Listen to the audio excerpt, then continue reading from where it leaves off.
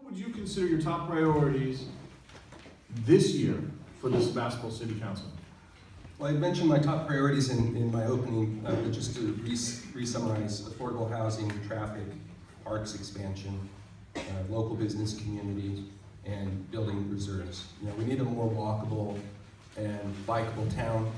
I'll work to do more of that, and to really accelerate community engagement as in the legacy that we've had since 2000. I mean, we are part of the legacy now of progressive action, and I will work to continue that.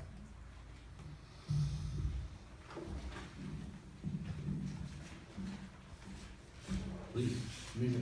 So my top priority is affordable housing. I mean, it's personal for me. My kids are here. I want my kids to stay here. I want them to be able to afford to live here. And so I'm interested in projects. My launch party was at a house that they have a second dwelling within the house, and that's how they were able to move to that home, and that's how they are able to make their mortgage.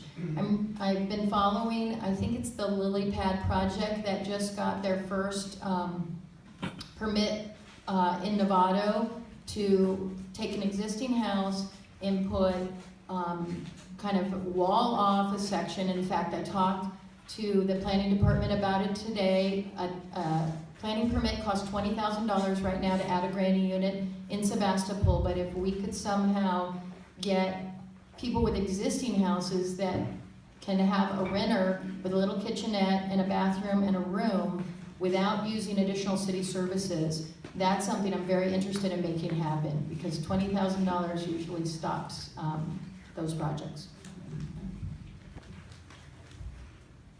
So my top priorities would be traffic and downtown quality of life.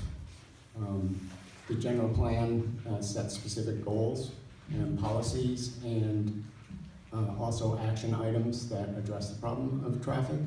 And there are specific action items that I would like to implement and take action on in order to actually alleviate the traffic problem in the downtown. There is it's noise abatement. Number one is pretty major.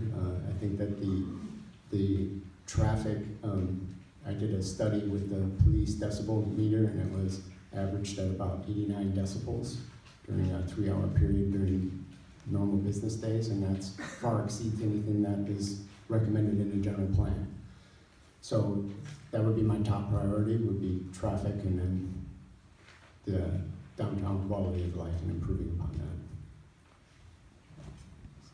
I have a handful of things that I'd like to just reel off. One is a participatory budgeting system for polling, especially, only for discretionary funding, but to get people involved in a back channel so we could see how the citizens would like to spend our tax dollars. Another is to purchase electric vehicle, the first electric vehicle for our city parks to showcase and model for our children. Another one is to build a bike trail. Build a bike lane to start with on Morris, and to continue to further a east to west bike trail. A very big issue for me is finishing the sidewalk on Bodega Highway near Burbank Homes, where people are unable to walk to Pleasant Hill Avenue from Burbank Homes and all the shops.